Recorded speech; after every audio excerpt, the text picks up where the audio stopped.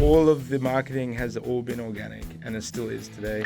The views are like in the millions, almost tens of millions. Following over all the platforms is like up over 50,000 in a year. We went to old school marketing tactics to get people to come to that, like printing off QR codes as stickers, and we were walking around in the middle of the night, like just stickers slapping it everywhere. And, I mean, we were nervous as.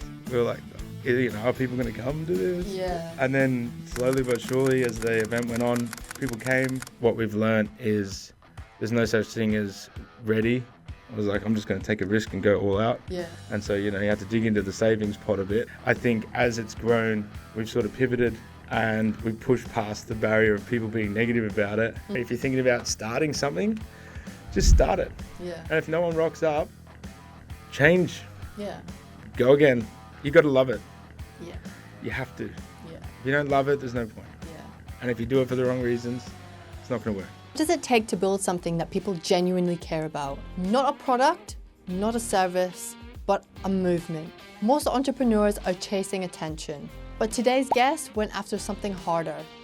Belonging. In less than 12 months, Nicholas Stallard built AM Social from the ground up at a small cafe into one of Brisbane's most talked about movements. And he started with one question: why is nobody doing this? Welcome to the podcast. Thanks for having me. That's all right. Thank you for giving me your time and coming on. And we'll talk a bit about you, the behind the scenes kind of stuff, and then what's leading up, because you're about to have your 1 year birthday with AM Social, which is exciting. 100%. Yeah. So take me before AM Social, before you got into all like events kind of stuff. What were you doing before? Because you told me you were in the Navy, and this made me go, what the hell? Yeah, I it's a did bit not of a know that. shock. Yeah. Yeah. So I did 6 years in the Navy as a marine technician electrical, which where we go and do a Cert 3 in electrical fitting. I was posted to Cairns and Darwin for majority of it. Also did some time in Perth, and we did all of our training down in Melbourne. So went all over the place doing that. I mean, yeah, it was a cool experience. Like everything that you learn in there is relatable to outside. Obviously, you think about things a bit differently. But I mean, the mates that you make in there are crazy. You're with each other all the time. And I mean, I was lucky that I was on the smaller boats. So it's like a tighter community, Yeah. Become friends pretty quickly. Yeah, and people from all over the place. Yeah. And it's not just Australia as well, like a lot of people with different heritage backgrounds as well. So it's good to like learn about all these different people and see how people see things. Multicultural. Yeah, like people from Adelaide don't like rugby league. What the heck? Like that was a big one for me. I was like, yeah. Because they're AFL down there, right? Yeah. I don't really follow either of them, but yeah. So how long were you doing the Navy for? Yeah, it was just under 6 years. So I went in straight after school pretty much. I didn't really have a choice. I was at the time where I was like, I don't know what I want to do. And so if I do that, I don't have a choice. So, I mean, it was good. I don't regret any of it. Yeah. But I mean, obviously I'm happy where I am now. But as you can imagine, it's two completely different things. So completely different. Yeah. Is there anything you've seen that's translated into like what you're doing now with AM Social, PM Social? I think the organizing of stuff and like scheduling, being on time all the time, because that's how it was it was always like that. Yeah. If you're not early, you're late. Yeah. And so that kind of stuff helps. Also like pressure situations, quite calm, because like we get that stuff all the time. You're used to it. Yeah. And I think like just being able to talk to people as well, because obviously we have to speak to everyone.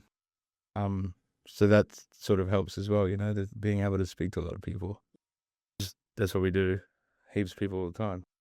So I think that sort of helped. But I guess just a different perspective on things as well compared to like my brother and stuff like that. Obviously he has his ways of looking at things and mine's the complete opposite sometimes, but sometimes we clash heads, but in that same aspect, it's good because there's two different channels all the time. Yeah. How have you found it working with your family?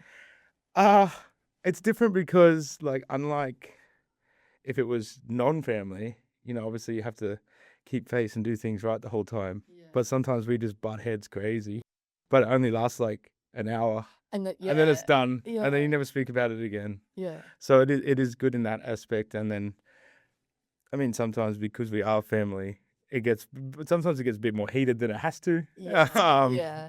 But obviously we're brothers, so like it's been Yeah. like that forever. Because I work with my dad as well. Yeah. Yeah. So you understand. So I understand Yeah. like how it is to actually work with a family member. Yeah. And I think when I first started working with my dad, it was very like he couldn't understand me and I couldn't understand him. So we clashed like heads a lot and it would get really heated. Yeah.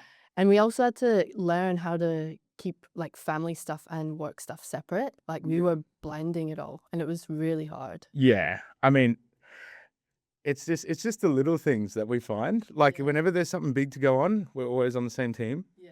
But it's just like the little petty stuff. Yeah. Sometimes we're just like, yeah. yeah.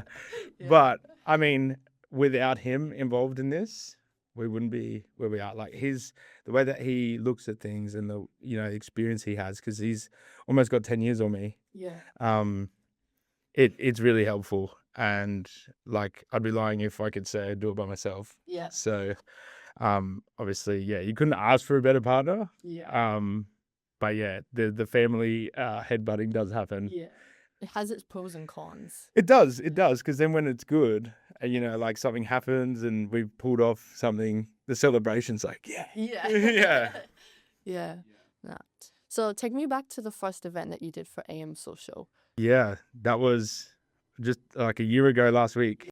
I mean, we were nervous as. We were like, are people going to come to this? Yeah. And then slowly but surely, as the event went on, people came. I mean, half of it were probably our guys and our mates and stuff like that. And then we were like, oh, we got to document all of this. Yeah. And as soon as we started posting it, it just went crazy. Yeah. Some people wanted to get involved in, and not everybody was a massive fan. Yeah. It's not everybody's cup of tea. But I think as it's grown, we've sort of pivoted and we pushed past the barrier of people being negative about it. And they're just like, oh, well, they're going to stay. And so I think a lot of people, like even my mates, will be like, at the start, they're like, no, I'm not going to that. Yeah. And then they come and they go, oh, that was actually pretty sick. Yeah. Yeah. So I think obviously it's different, but we have to pivot where we go with it, How did you come up with the idea? Because I read an article that said that your brother was inspired by AM radio. Yeah. So they do that over in the US, and it's insane what they do. And we saw it. My brother was sending me reels of it and going, there's none of that here. There's none. And then, him being the go-getter that he is, was like, let's do it. Do it now. I was like, okay, we'll do it now. And then that's where it all came about. I think from him sending me that reel, it was within a month we had the first one. Yeah. And like, we went to old school marketing tactics to get people to come to that, like printing off QR codes as stickers, and we were walking around in the middle of the night, like just stickers slapping it everywhere, and printing off fake parking tickets. True. With a QR code and just go and put it in windscreens. So people would be like, what the hell? And it's an invite thing. Yeah, it worked. But I mean, that's where it all came from. And we're like, this is pretty cool. Like, it doesn't necessarily have to be 7 a.m. just for run club people and stuff like that. Like, we start a bit later now, and we have all demographics. Like, when I say it's mixed bag, it's like you have mums with kids on shoulders, and then you have like just a group of blokes that just want to listen to the music. And I think the cool part about it is like these DJs that would normally play in clubs or at like night shows, they get exposed and get to play in front of people that would never actually even go. And then they get, exposed to a whole new thing of music where it's like, damn, those guys are cool. Like, that was sick. Yeah. Were you, when you did your first event, were you expecting it to be awkward and like nobody show up, or were you a bit like? Yeah, we were. Obviously, you have all those doubts. I've like watching Tao do events and like the lead up to it, there's a lot of doubts. Yeah, so the nerves. Yeah, so it's like you sit there and like even with this tour we've got coming up, we can see the numbers on paper of who's coming, but we'll still on the day go, where is everyone? If there's not a massive line at the door open, Yeah. we'll be like, oh my God, are they coming? Yeah. Yeah. But I think, yeah, with every event, what I've noticed, it only, like, you have to wait till at least halfway through it until you go, okay, Yeah. we're good to go. Yeah. Yeah. You've seen something that obviously like a lot of people have missed, in terms of the early morning, raves, as like a lot of people are They calling call it it. raves. Yeah. Yeah. What do you what do you think that people have missed with that? Because there's a million different like events out in Brisbane, and they're popping up every day. But like why do you think nobody else did what you did first? I don't know. I think maybe, I guess, doing it in the daytime and doing it while there's no other events on, it's all on you. Yeah. You know what I mean? Like, if you were to do a nighttime event, like in the valley, there's people walking around. You know, there's people that are there in that location to do that one thing. Whereas if you throw an event at 9 a.m. in like an alleyway, Yeah. it's all on you. Like, it's not normal for it to be there. Yeah. And I think there's a lot of risk that comes with that. But also, if you get it going, then again, it's all on you. So that's when you get the momentum as well. Does that make sense? Yeah. Is there a lot of pressure that you've seen since starting AM Social? I think people expect a good event now. Yeah. And like, we wouldn't want it the other way around. But obviously there's pressure when people expect good things to happen. Yeah. But I guess like the teams that we work with, like DJ wise and all that kind of stuff, they all are on board with us and they help and they make sure that they play what they need to do to get it going for, because it's different. It's different. Like what you would play in a nightclub at 1 a.m, you start smashing that out at 8 a.m, everyone will be like, whoa. Yeah. So you gotta, it's a new thing for them as well. Yeah. And I talk to the guys after they play and then they don't know what to expect. Like I see a lot of nerves from the artists when they play because it's new to them and they're like, what do I play? Yeah. And I say to them, literally play whatever you like. Yeah. And because they'll get it, they'll see it and they'll read them and they'll go, oh, okay. Yeah. And then afterwards, like almost always the report is, whoa, that was crazy. And it's something new for them as well, because a lot of them only do the nighttime kind of stuff where it's like 9 till 3 a.m. They go to bed. I mean, you can tell on their body clock alone. Sometimes they rock up and they're like, they've had 2 hours. Why is it at 8? I'm just like, sorry. Yeah. 8 o'clock on a Saturday morning. Normally they play on a Friday. Yeah, and then a Saturday night. Yeah, and they're like, oh, thanks so much for that. Yeah. Were there any risks personally that you and Cameron had to take on? Obviously, your names are attached to it all. So, like, you got to, represent like a reputation to uphold. Yeah. But I think we managed to do it without putting a massive cost up front for us and all that kind of stuff. Like, we haven't spent any money on ads. I was going to mention that. Yeah. So all of the marketing has all been organic and it still is today. I think that is crazy because you have like almost 30,000 followers on Instagram. Like every single event is like packed. We're massive on the document everything. Yeah. Even if you don't think it's going to be great, capture it anyway. Yeah. But I think because it is so different, that's what sort of helped us grow naturally. Because everyone was like sharing it. Whether it's for good or bad reasons, still helps the algorithm. So please keep sharing it. But yeah, it is crazy. I mean, we even still are just like, whoa. Yeah. Like on Friday, we're going to Melbourne and then we're doing all around the country and they're all sold out. And that's for the PM branch, which started halfway through the AM. So that's only 6 months old. And to think it all started as a little coffee party in a laneway at Albion at Fonzie Abbott. Yeah. And now we're doing this. It's like, and that all comes from just the socials. Yeah. Like, it's so important to just film everything. And like, even with the YouTubes and stuff, we would, I'd sit there and edit for ages, our set for each artist. And then we'd get like 300 views. And I'm like, oh. Yeah. We made no money. We didn't do any of this for any money, The only time we've only just started to, be able to fund stuff now. But for the first 10 months, we did this all for free. And if there were ticketed events, that was literally just to pay for the DJs and stuff. So, I mean, we've been lucky with the brands that we've worked with as well. They've helped out a lot. So shout out to all of them. But yeah, I think it's crazy just to see that, you know, we got to turn our Instagram notifications off. Yeah. Because like across all the brands and all the channels and the YouTubes and stuff like that, the views are like in the millions, almost tens of millions. Yeah. And like the following over all the platforms is like up over 50,000 in a year. We're just like, what's going on? Which is crazy, yeah. Yeah. So And good. we're not going to pretend like we knew what we were doing. No. We had to learn everything and talk to a lot of people. Yeah. But I don't think like anybody when they start a business, like they know what they're doing. You literally just learn as you go. I think the best ones are the ones you just fall into. Yeah.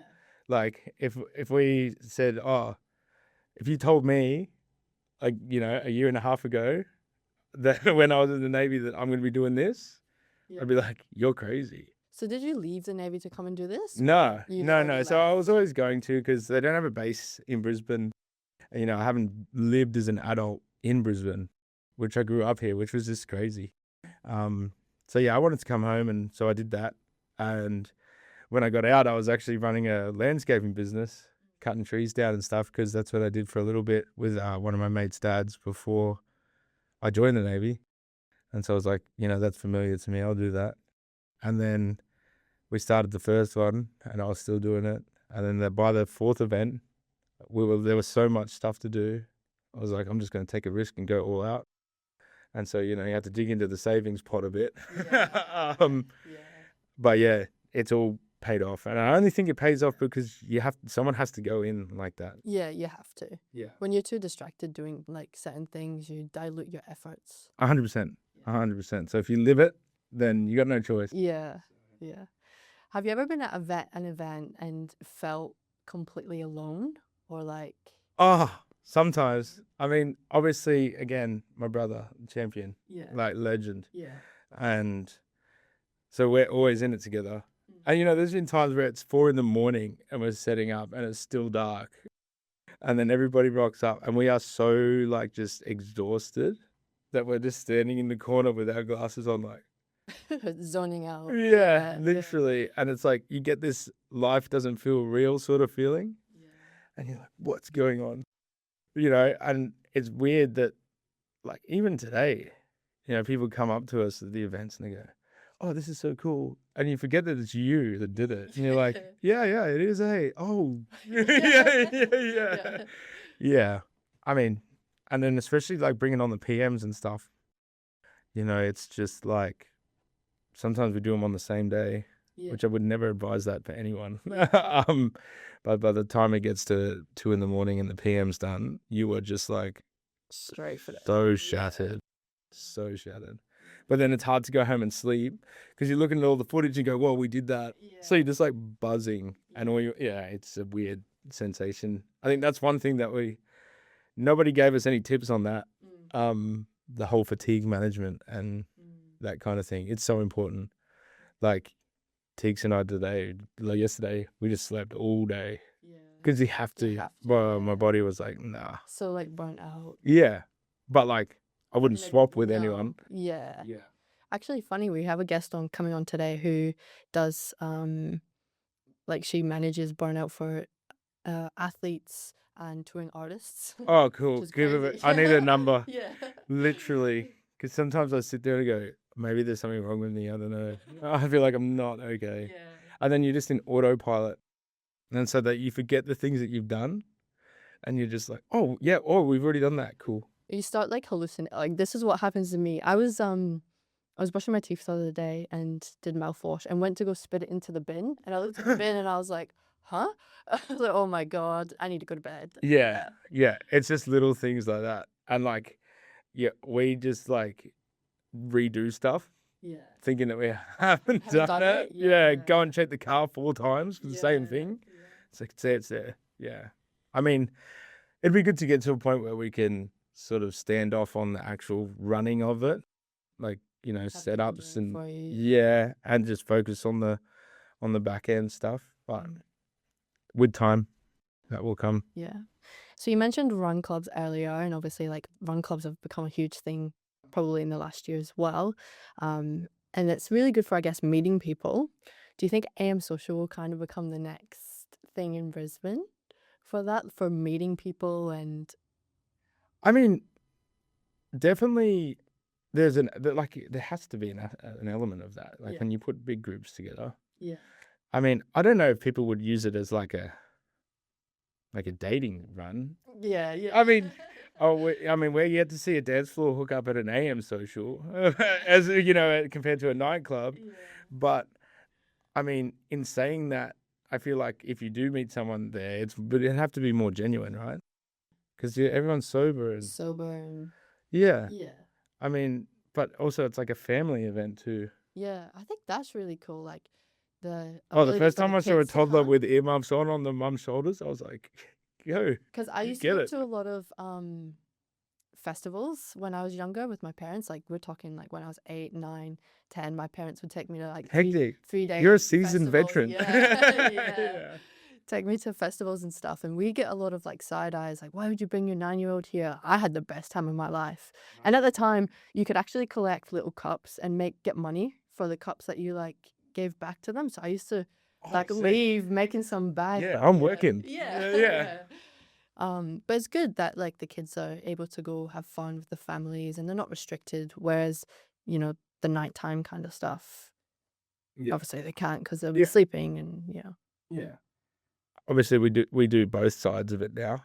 Yeah. Do you want to explain a bit? Because obviously you have AM social, then you have PM social, AM, PM entertainment, and then do you have another one? No. Bodhi and I do silk, but Yeah, that's Silk, different. yeah. Yeah. So PM social came around because we were like, you know, if we're gonna do this full time, we need more than one channel. And then when we were thinking of a name, that was pretty clear cut for us because the AM social works. So it's nighttime now, so we're just gonna go PM and just swap the colors over. Yeah. We're like, yes, that's perfect. And then so AM PM Entertainment only started a couple of months ago, but that's the company that owns those brands. Mm-hmm. The parent company. Yeah, and so Cameron's, back to Cameron again. He's all over the AI, like absolute weapon at Claude and all of that kind of stuff, and he's taught me a lot of it. Thankfully, because like you need to know that stuff. But he's done the whole website in the back, and it'll go into the AM and PM side and all that kind of stuff. But the entertainment is more so just the tours and like the big shows. And then the PM's like the more niche ones, and then obviously AM socials underneath it. But yeah, I think we for the last year have just been shooting shots where we probably shouldn't. Like, you know, if you go, oh, you guys are experienced enough to do that. No, but we just get it done. Yeah. And that's like been the whole motto the whole time, just roll with the punches. And so like when we sent the email off to Shang Yu, we were like, you know, doubtful, but we'll just fire it off. Yeah. And then when they came back and said, oh yeah, let's do it, we were like, you want to like, you know, pinch yourself moment. We're like, wow, like he's a big guy. I think he has like 600K on YouTube and stuff like that. Yeah. That's just YouTube. I mean, yeah, he's got like 3 mil on TikTok, 1 million on Instagram, but like followers aside, he's a freak. He's so good. Oh yeah. And so we're really excited for that, but like blessed to have that as our first tour. Yeah. You know, that only helps. And we've got another guy in November too. He's coming from England and he's so sick. Yeah. Yeah. So, and that came off the back of having Shang Yu. Yeah. So I think what we've learned is there's no such thing as ready and there's no such thing as too big or too small to do certain things. You know, like even though we're going to go do a national tour, we still put the same amount of love into an AM in Brisbane with 500 people. Yeah. Because that's what got us to the tour. So like we got the little love child. Yeah. So thank you so much. You know. Yeah. And without AM Social, we wouldn't have, you know, the connections with brands and stuff that we do now. And then as of a couple of weeks ago, we brought on our first business partner in Trent. So, all the experience and things that he brings to the table are like invaluable to us. Yeah. I mean, we've worked with him in the past, in the lead up to all this. We did an AM at Juju and all that kind of stuff. And so he's been watching the whole time. And it actually came about in a weird way, the partnership. We started doing Silk at an opposition venue and it started to pick up. And then he called me like, dude, I thought we were friends. And I was like, we are. And he's like, and it was sort of like, right, so here's how it's going to go. We're either going to have to like go against each other. And I was like, no, let's just all go together. Yeah. And so, obviously him having Luna Group and Prestige Group, which is all of his, AV lighting stuff. And you mix that with what we're doing, makes perfect sense. So we're stoked to have him on board, obviously. Yeah. But yeah, it's a lot of fun as well. Yeah. You do get a lot of fun, but no one sees the bad bits and the planning. Like this tour has been months and, countless emails, and shout out to Cameron for doing all the visas and stuff. We need because to get Cameron on the podcast. I know he's down in Melbourne at the moment. Yeah. I did ask him. But yeah, because he has another company as well, so he's flat out. But he'd be really cool to talk to. Yeah. But yeah, doing all the visas and stuff. I don't know if anyone's ever done that before, but that's horrible. Yeah. And you don't It's a lengthy process. Oh, and you don't get any comms either. It's like, how's it going? I don't know. Yeah. You just sitting there like this. Like, we got the last guy's visa approved last week. And they land on Thursday. Yeah. Damn, yeah. And could you imagine all the thousands of people across the country that are waiting? If the visas didn't get approved, we'd be in so much trouble. Yeah. So going back to the AI thing, because you mentioned your brother's like really deep into AI and using Claude to help advance the business, which I think if you're not using AI, you're way behind. Yeah, I don't think it's going to replace people, but I think people that know AI will replace people that don't. Make you more efficient. 100% it does. 100%. So how has that had an impact on your business? Like, obviously it's been positive. Well, our databases are so important to us. And I think that's where we've been able to grow. Like, we partner with Your Kind, who do a ticketing platform, and the way that Andy's designed it is just insane. Like, we can target people that have or haven't been to events, people that have come to the most or the least, where they are geographically, all that kind of stuff. And we mix that with using Claude to then funnel through those. And like even little stuff for me, like, because I do all of the marketing stuff, and even just using Claude to do little things like export CSVs, like the data list, and then just redo them. Yeah. For me to do that manually, it would take ages. Yeah. Claude does it in like 4 seconds. Yeah. And it's like, yeah. See? And like, you imagine you go throughout your day, little things like that, saving so much time. Awesome. But obviously there's a lot of AI stuff in the design side as well. Like we got Higgsfield. So we got the subscription to Higgsfield, which is like every AI image video generating engine that you can get all in one. It's quite expensive, but worth it if you use it. Yeah. They've then partnered with Claude now too. So you can get Claude to write crazy prompts. And you can pretty much write you can do a feature film and it's just all AI. Yeah. And like, have you seen our marketing where we put like our logos on city cats and buses? I did see that. That's Claude. And that's crazy. Like that's so, to manually do that would take you probably like a day. Oh, I don't have to keyframe or mask anything anymore. I can just done. Yeah. And it comes out and you're thinking it's going to look crap. And you go, whoa, that's impressive. Well, even like I used to have, we still do have ChatGPT Pro. We used that for a while. And then everyone was talking about, you need to get on Claude. Claude. So I got on Claude and even I was like, holy shit. Yeah, like, you can get on Claude now and you can, because they partner with everything too. It's so like, much easier. All the big websites and stuff, a lot of them are hosted on GitHub. GitHub and Claude now in the same bed. And then VS Code and Claude, you open them together and you can pretty much build anything you want. Yeah. You want an app? Give me 30 minutes or build you on. Yeah. And it's not just like Wix where you do the front end design. They code the whole thing. Yeah. And you can give it a heap of skills, and you can give it like a degree in website building and front end design and, SEO and all that kind of stuff. And you can say, scale this website, like even existing websites. Say, for example, if you had a website that you wanted me to check and give it like an SEO score and how to improve it, Claude will do that for you, compare it to like 100 and give you a document of what you need to do. Yeah. And then if I have access to it, I can just say, okay, you do it yourself, and it will just fix it. Yeah. It's like, whoa. Yeah. It's crazy. It is crazy. And it's just going to make us be able to advance so much quicker. And, technology's come a long way, obviously, but the rate that it's going now, it's like what would normally take 5 years, they're advancing it every month. Yeah. It's like, whoa, the stuff you can do. It's like we're speed running it right now. I know. Cars are driving themselves now, and that's normal. Yeah. So, yeah. And they actually just did that in Australia now with Tesla. Yeah. So, it makes us think like, what's cool is we're using AI to help us, right? But what will never change, and I think what will become rare, is big gatherings of people.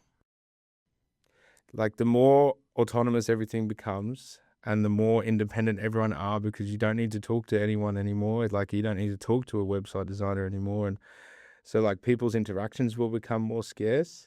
So I think something like a big music event will almost become nostalgic, because it's like, whoa, people in one place. You don't have to do that anymore on a day-to-day. Yeah. You can run a whole company by yourself.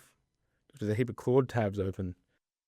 So having a music event, in a few years' time will be like, this is like what people used to do. Yeah. And that's crazy, you know what I mean? to think, hey. Yeah.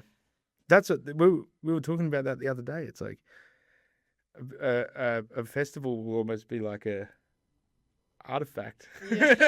It'll be like, look at all these people. I feel like it already is in Australia. I know. We never get them.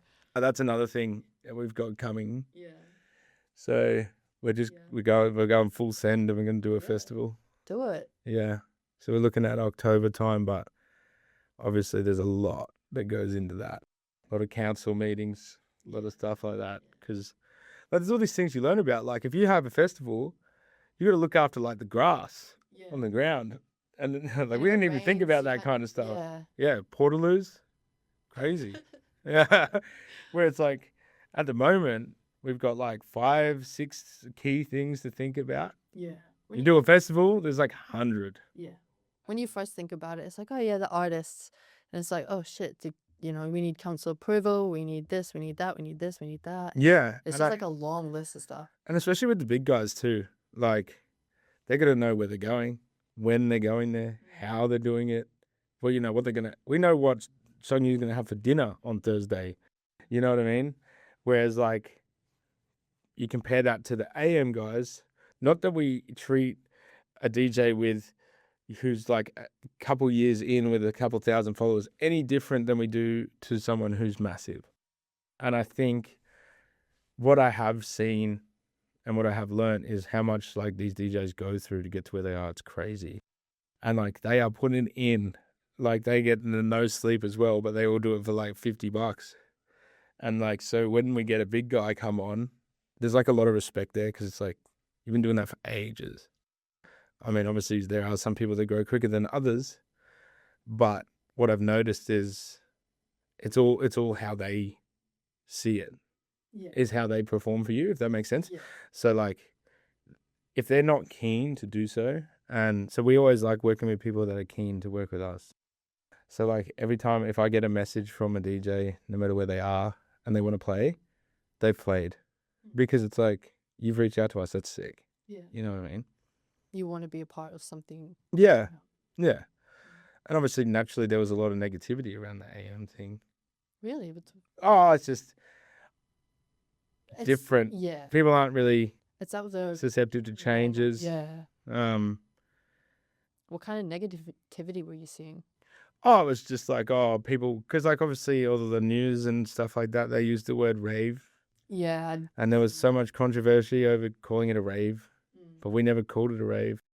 They just said coffee rave. Yeah, I did. I mean, most of the time, the bar comes on at 10, so there's no coffee there. People are drinking alcohol.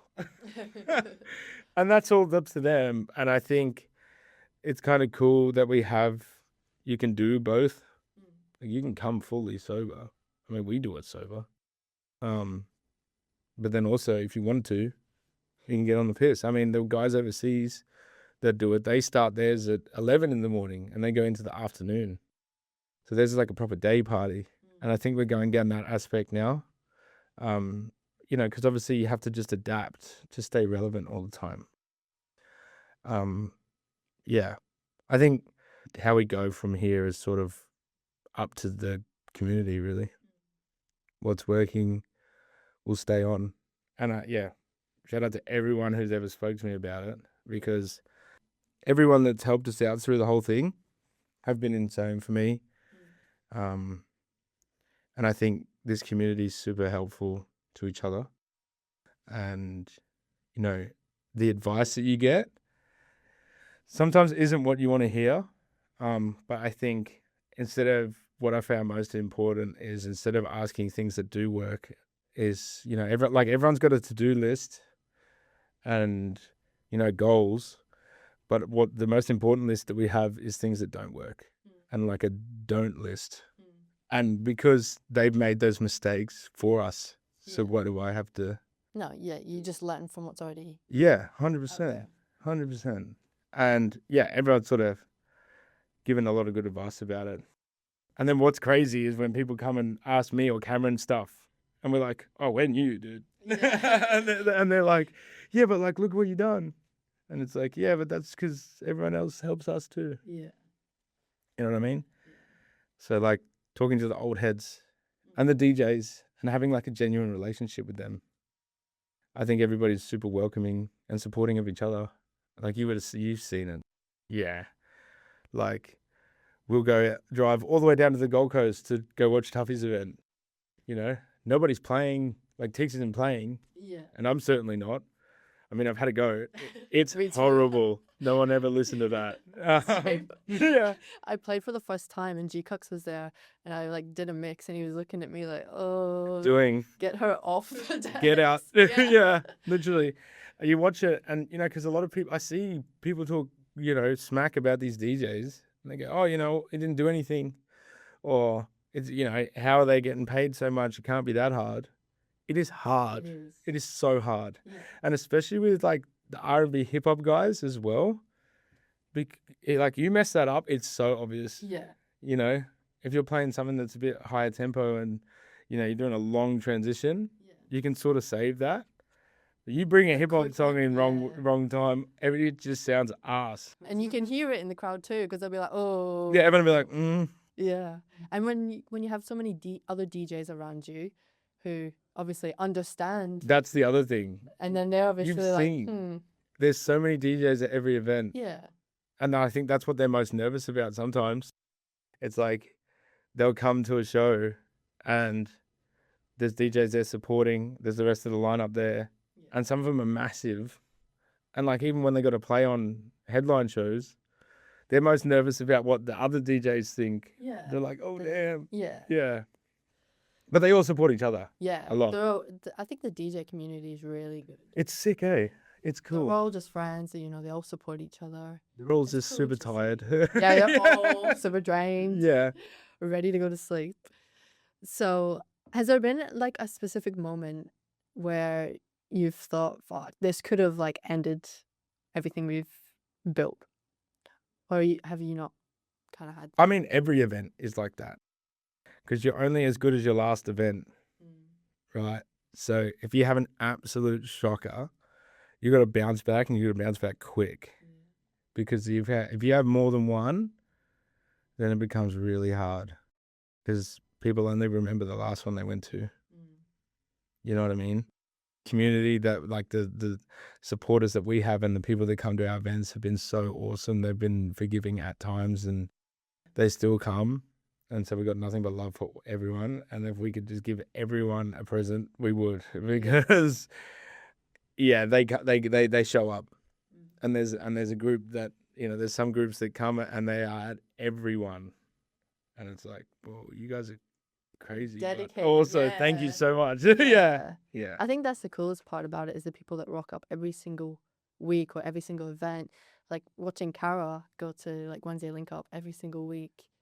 She's not drinking. She's not there to That you is know, dedication. get blind. Like She's- literally, her page matches Wednesday Link Up's page. You seen that? Yeah. It's like she's the #1 fan, not just of Wednesday Link Up, but like of any music event ever. Yeah. The GOAT. Yeah. Yeah. She is the best. Yeah. And it's things like that. Like she's like iconic now. Yeah. Like I know Even when they on the- post stuff, it's Yeah. like, where's Cara? Yeah. Yeah. Where's the Wednesday Link Up girl? Yeah. Yeah. I mean, yeah, that's cool. Hey, that is so cool. And I think, you know, people only do that for events where they can see that people are doing it for the right reasons. Like if you're doing it as like a money grab or something like that, you don't get fans like that because you can tell.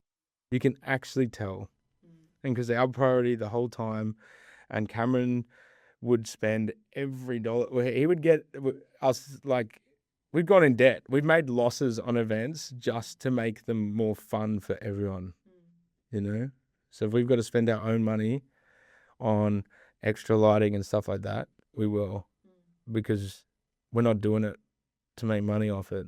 We do it because when you see a few hundred or 1,000 people all vibing, you can't pay for that. Like, you try and pay for that. You can't. Yeah.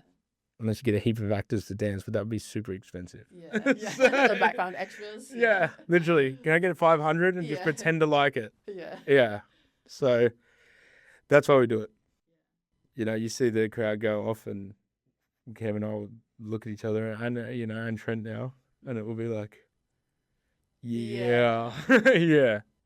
I feel like that never stops, no matter what event you do. Every single event. Is No, always and gonna even be if it's like a few whoa. hundred or like heaps, it's the same feeling Yeah. because you're like, whoa, get it? Yeah. Yeah. Yeah.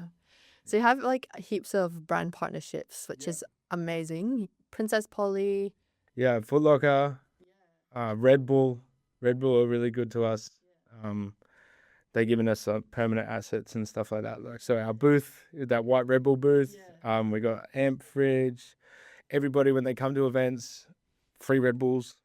So like, and what's crazy for us is, like me growing up too, you know, like when you watch the Formula One or, you know, the NRL now, and it's sponsored by Red Bull, it's like, so it was we. Yeah.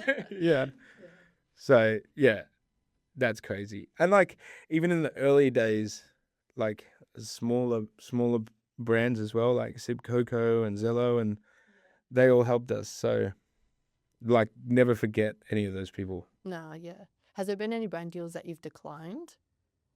No, not so much declined. I mean, there's been brands that have reached out, but like it hasn't really worked out. I think a lot of the time is because we do have such quick turnarounds with events. Like sometimes we'll do like 3 in a month because one's on the Gold Coast or something like that. And these brands need a long time to do their budgets, and because they work on quarterly budgets and stuff like that, that it's only just not worked out for those reasons. Like we haven't ever said like, no, we don't want you, because we want all the help if we can get. Like if it makes sense, we'll 100% be keen. You know, the success that you have had over the past year, you know, touring, does that like have any effect on you or like what you're afraid to lose now that you've got to where you are?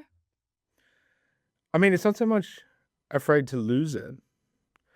Like on a personal level, like if I had to go and work a 9 to 5 again or something like that, or even go back in the military, it's not something I'm like scared of. Like I'm not addicted to the cloud of it all. Yeah.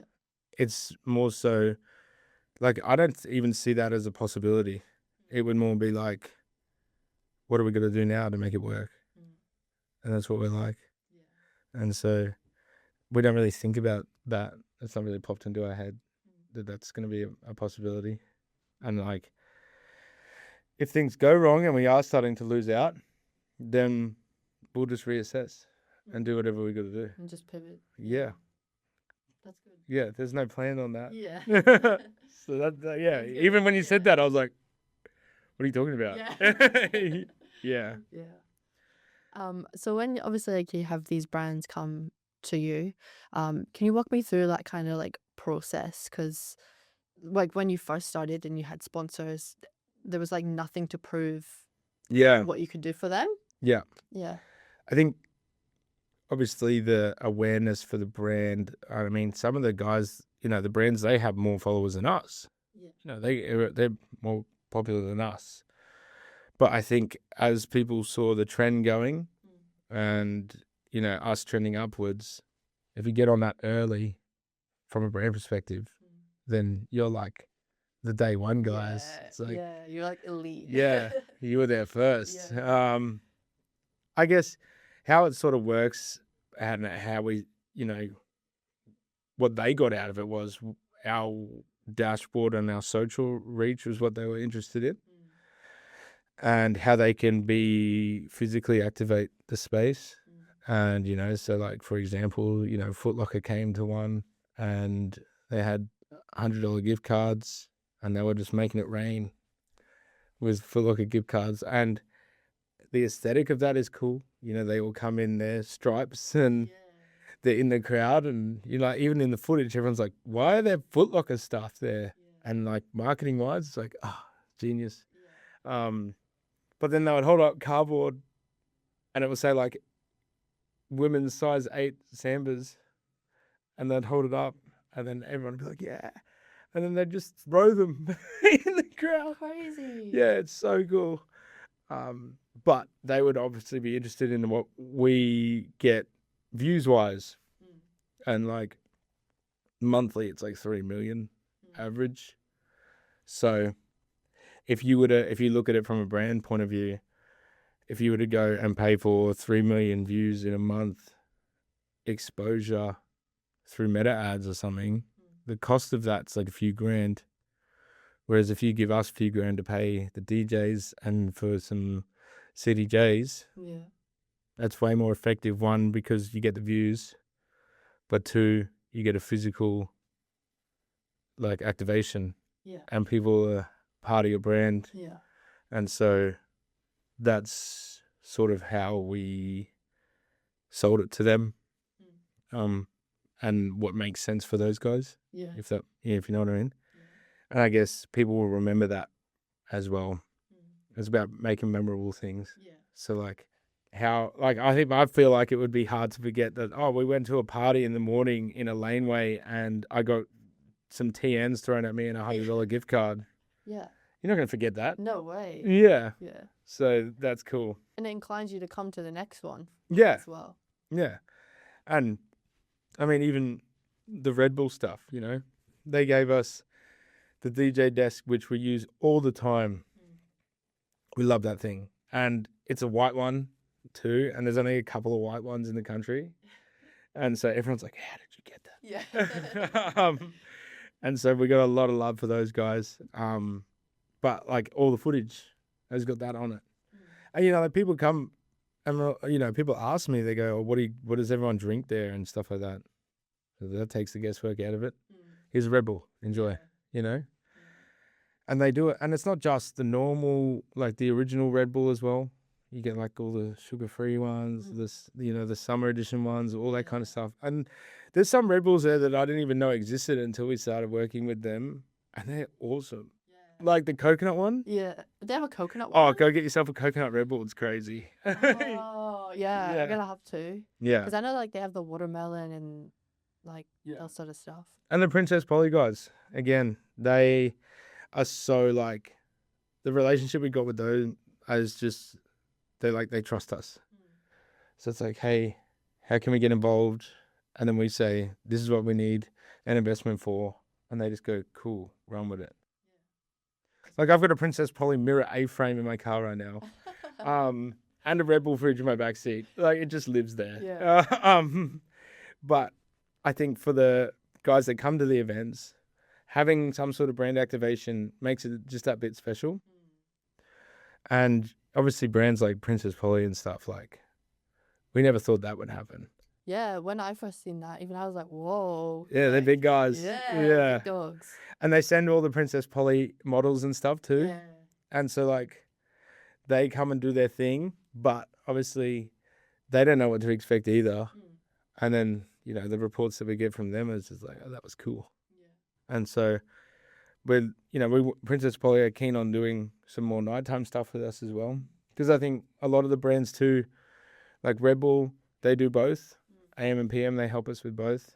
But obviously things like Foot Locker, the AM stuff makes more sense than the PM. So like each brand's different. I guess it all depends how they want to go. And I think obviously with AM Entertainment, with the tours and stuff like that, that's going to be different again. What makes sense for brands to do there. I think that would be more down the alcohol brand sort of side of things, But that's sort of how it goes, I guess. Oh, that's cool. Very cool. So you have the 3 brands. Have you ever, do you struggle to work across all 3? I think what we're trying to master now, especially now that we've got Trent, and because I do marketing for Luna Group now as well through the week, and then Cameron has his Grazer, which is just, man, you made me cry. That kid is so cool. He's got Grazer, and that is just killing it. And then Trent obviously has Luna Group and Prestige Group. So we've all got our own things. And then this is our love child in the middle. And how you disperse your time across all, because you've got to show equal love. And there was a time like the last few months, especially with the tour coming up and a couple of PM events, that AM didn't get so much love, content wise and stuff like that. And it's like, you genuinely feel bad. You're like, oh, I'm sorry. Yeah. But feel pressured almost in a sense, because it's like, oh, I need to get something out. And I think it's all part of, you just got to make a plan to manage that and just dedicate certain hours of the day or certain days of the week to specific brands and have a plan. Like, we've never run off a posting schedule, and everyone says to do it, but I hate that because it's like the same content at the same time every week. Yeah. I'm big on the surprising people. Like, I invited everyone to a PM social once via text message, and I sent it at 11 p.m.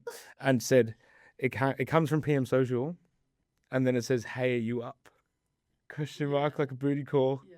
And everyone would have been like, what the heck? Yeah. And I did. I got screenshots sent to me going, what is this? And I was like, the fact that you screenshot it and sent it, it's worked. It's exactly what you... Yeah. And so, I get for, bigger brands, a posting schedule is sick, but I like following trends and doing it when the iron's hot, if everyone's... at the moment, everyone's redoing the Drake album cover with, different hand signs. Yeah. But if you have a scheduled posting, you can't just do that. Get it done, yeah. So if it's something going off and you see it, I'm going to post it now. I'm going to do it now. And so it's always been like that. And obviously trial reels and stuff are cracked. Yeah. If people aren't in trial reels, then you're sleeping on that. Yeah. That we had one alone that had 800,000 views, and we gained 16,000 followers from one reel. True. Yeah. Did you push it live? No, we just kept it as a trial. True. We keep them all as trials. Yeah. Because trials just shows to non-followers, so it didn't make sense to me to show it to the people that follow us. Although they've probably all seen it anyway. Yeah. But we get with the social media stuff and how we spread it all out is trying to grab each crowd and sort of let them know about the other brands, but don't cross-contaminate too much. Because you might get annoyed. If you want to be an AM social person and you're not into the PM, it doesn't really make sense for us to be like, come get hammered. Yeah. You know what I mean? Yeah.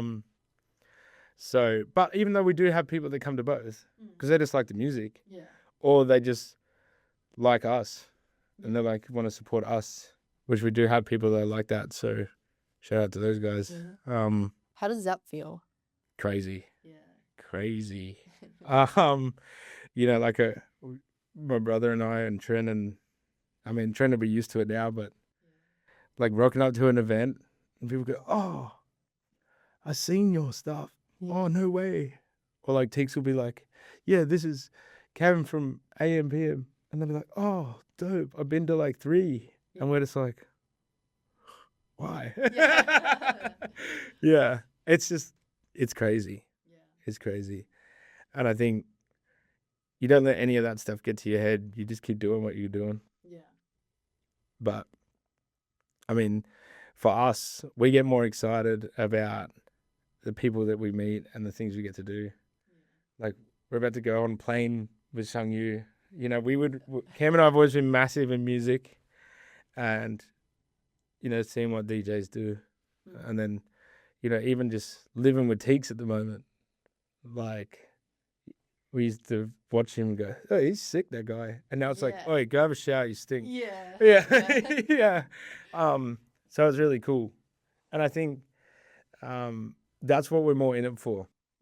To have, you know, to go down to Sydney in front of 1,300 people with some really cool DJs. And so, yeah, we did that. That's priceless. It's not so much about making any money and stuff like that. Obviously, it's nice because you get to then grow and reinvest it. But yeah, I think having those people and, you know, going to the next thing and, you know, like imagine if we get to a time where we can book like someone massive. Like I've always wanted to book Drake, but that's crazy. Yeah, no. It'll happen. We're manifesting. It's a big goal. Everybody we're manifesting it. Yeah. We're getting the champagne puppy. Yeah. Yeah. You know, it's not unachievable. I know. But you need a couple million up front. Yeah. So, Yeah. So we're gonna throw a lot more coffee parties. Yeah. Yeah. But that's the goal. Yeah. I mean, we're gonna start with the festival and go from there. Yeah. I mean, they're probably the easiest way to get the bigger guys. Because, like, you know, your first festival, if it's 3,000 people and they have a good time, next year that 3,000 will tell 4 people. Yeah, and then it triples. Compounds, yeah. And then by the 4th, 5th year, if you're still going, then you can start hitting up your heady ones and your scissors and go, come on. Yeah. And it's then something that they will look at. And I think that's what all you have to be. You have to be something that is valid enough for those artists to be like, I would do that. And that's what we've always tried to stay and be that and, you know, make sure that there's a good time for everyone, especially them. Because, like, you can have all the followers in the world, but if the artists don't have a good time and they don't want to play for you, you're in strife. Yeah. That's the biggest thing. It's the biggest thing. Yeah. You got no party with no DJ. Yeah, exactly. And so the guys have given us a lot of favors. Yeah. A lot of cheaper than they would normally, and a lot of I haven't slept yet. And so whenever we get to the stage where we can give back, I don't know if you've noticed, but everyone who's on the Shangyu tour is everyone that's done an AM and everyone that's helped that. Yeah. See? And that's why we did that. Yeah. And so it's time to give back. Like Bodhi and Teeks and Tao, and, you know, they've all given to us. And so now they've all got a slot right next to Shangyu. So that's how we look at doing that, you know. And like even Melon and Mami hit me up and she's like, I'll fly myself down there just to do it. Oh, yeah. I love her. Oh, she's so nice, eh? Yeah. So, come on. Yeah. And, you know, like even DJs have offered to play for free. And, you know, we let them play for free. And then I pay them anyway. Yeah. Because it's just like, I know for a fact you've probably been doing this for 3 years, you know, just to play for free. People's time are worth money. Yeah. You know, so I think, the artists are so important. Yeah. So they're like our little partners at the moment. Yeah. Yeah. That's good. How many girlfriends you got? 47. They're all DJs. And I love them all. Yeah. Yeah. Yeah. Do you ever, sometimes I forget, like, Tao's a DJ in the sense that, like, some people idolize him. Whereas, like, I see him as my boyfriend, my partner, obviously. And sometimes I forget that sort of stuff. Have you, like, do you ever, like, kind of forget that stuff? Or I guess not so much. I mean, not with the bigger guys. Yeah. Because they've got this aura about them. Yeah. They're like, you can tell. Like, you're in the room with them and, like, you're famous, aren't you? Yeah. You know what I mean? But with people like, you know, Bodhi, I mean, I was a pest to that guy. When we first started, I would, like, call him. And I know he's not a caller. No. And so he'd be like, yo. sort of like, what are you calling me for? And I just have like 15 questions for the brother. Yeah. And he's like, fuck. But it's just because you just look up to people like that. But I think I'm at the point now where it's like you talk to people and you have friendships with them, and then you'll randomly go, oh shit. Yeah. People like Like, idolize this guy. yeah. And, we always do. Yeah. But obviously it's cool to have a personal friendship as well. Yeah. Where, like, I can say some shit to them that people probably can't otherwise. You know what I mean? But also, I mean, it's cool to see their side of stuff. Like Teeks, man. Living with him for the last little period, like, he doesn't stop. Yeah. We'll do it. We'll get home at 3 a.m. after a club set or something, and he'll bust out his Serato and he's still going. It's like, you're a freak. Yeah. And I think that's why he's gotten as big as he has so quickly. Yeah. He doesn't stop. Yeah. And his number one priority, or I don't know if it's number one, but obviously, family and stuff first. But like, content is so important to him. And it's paying off. Oh, like, isn't it? Yeah. I mean, some of this, like, he'll start running around the house, and I'll be like, what's happened? He's like, Scissor commented on my thing. And I was like, and then I'd start running around the house, and then everyone's like, what the hell's going on down there? Yeah. And, it's just the support from each other that when stuff like that happens. Yeah. Like, it may not be massive to me, but I can see it's huge to him. Yeah. And so I'm just as excited, and he does the same thing. Like, I'll call him and go, oh, guess what? We got this venue for this. And he'd be like, nah, And Tix has such a, like, bubbly personality, like that kind of energy too. Yeah, he's awesome like that. So, I mean, and like our parents as well. Like, Mum's been the GOAT. Because obviously all parents are like, you got to have this and you got to get it. And so when I was doing this, she was like, how are you going to live, man? Yeah. And,